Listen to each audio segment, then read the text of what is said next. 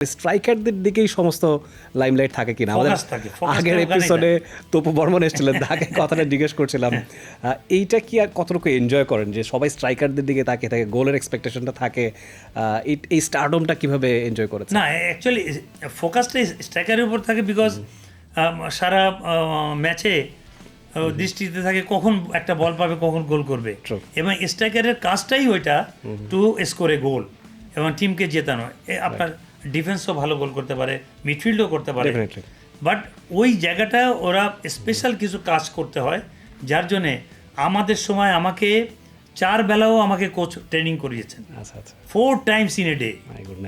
So এই জায়গাগুলো কাজ করতে গেলে আপনাকে মানে খুব এক্সট্রিম ওয়ার্ক না করলে আপনি সাকসেসফুল হতে পারবেন না, এবং আপনাকে উইথ দ্য ডিসিপ্লিন আপনাকে ওই মেনটেন করতে হবে। যেহেতু স্ট্রাইকারদের কথা, নো অল্টারনেটিভ, অ্যাবসলিউটলি আপনার ঘুম, আপনার খাওয়া, আপনার প্রতিটা জায়গায় আপনাকে একটা সুন্দর একটা ডিসিপ্লিন থাকতে হবে। Very true.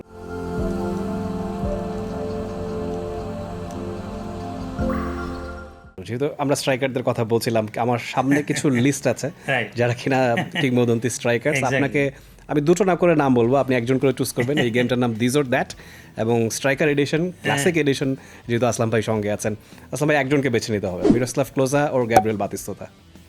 ক্লোজা, okay. Miroslav Klose or Gerd Muller, 2 German? Gerd Muller or Romario? Gerd Muller or Gary Lineker? Lineker, okay. Switch হয়েছে, চেঞ্জ হয়েছে। Gary Lineker or Roger Milla? লিনেকারই থাকবে। Gary Lineker or Ronaldo Nazario? This is going to be tough, I guess. Ronaldo Nazario, okay. Ronaldo Nazario or Paolo Rossi? Paolo Rossi or Just Fontaine? Paolo Rossi or পেলে? পেলেকেই আমরা মেনে নিচ্ছি সর্বকালের সেরা, all time great, এবং Argentina fan হয়েও আসলাম ভাই সেটা বলছেন, মানে যে ভালো তাকে তো ভালো বলতেই হবে। Very true. এবং এই যে যাদের নামগুলো বললাম, আপনি তো তাদের অনেকের খেলাই দেখেছি, এবং সেই সময়কার স্ট্রাইকারদের সঙ্গে এখনকার স্ট্রাইকার যারা আছেন, এরলিং হালান্ড বলুন বা এমবাপ্পে যদিও উইংয়ে খেলে থাকেন, রোনালদো ইদানিং ফরওয়ার্ডে খেলছেন, তখনকার সাথে এখনকার ডিফারেন্সটা কেমন দেখছেন, এবং কি মনে হয় কিনা যে অতীতই ভালো ছিল নাকি বর্তমান বেটার, কোনটা? না, আমার সময় তো আমার মনে হবে যে ওইটাই ভালো ছিল, কারণ এখনো আমাদের মনে দাগ কেটে আছে অনেকের, যে পেলের খেলা আপনার ম্যারাডোনা এবং ওয়াইন ক্রাউফ, এদের মানে এই দৃষ্টিনন্দন যে খেলাগুলো এখনো আমাদের মনে এবং চোখে ভেসে আছে। সো এরা ছিল মানে সেলফ মেড প্লেয়ার, এক্স্যাক্টলি, এবং এত সুন্দর সুন্দর জিনিস তাদের কাছ থেকে আমরা পেয়েছি যেটা এখনো চোখে আমাদের দাগ কেটে আছে। সো নেক্সট জেনারেশন হয়তো এইটার উপর, মানে গতির উপর এখন খেলা হচ্ছে টোটালি। আপনি দেখবেন যে অ্যাথলেটিক্সের উপর চলে গেছে খেলাটা। ওর সঙ্গে যে আপনি যদি কারুকার্যটা যদি একটু দেখাতে পারতে, এরা শুড হ্যাভ বিন বেটার। যেমন মেসি এই 3 যুগ মিলেই he is the one of the best player আমি বলবো, কারণ ওর যে কারুকার্য, মানে রিয়ার কালেকশন এগুলো, ওর মানে way of turning, way of movement totally different, এবং এত শর্ট জায়গাতে এত ক্ষিপ্র গতি, ইট ইজ আনবিলিভেবল। আসলাম ভাই, আপনি যখন খেলা দেখা শুরু করেছেন, আমরা বলছিলাম যে আপনি খুলনা টাউন ক্লাবে যখন খেলা শুরু করেছেন, তখন তো আসলে টেলিভিশনে বিশ্বকাপ টেলিকাস্ট হতো কি না? প্রথমবার আসলে কবে খেলা দেখা হয়েছে টিভিতে, সেটা মনে আছে কিনা? কোন আসরে? 78। তো সেবারই আর্জেন্টিনা চ্যাম্পিয়ন হলো, তখন থেকেই কি আপনি আর্জেন্টিনার ভক্ত? হ্যাঁ, আর্জেন্টিনার ভক্ত। ওকে।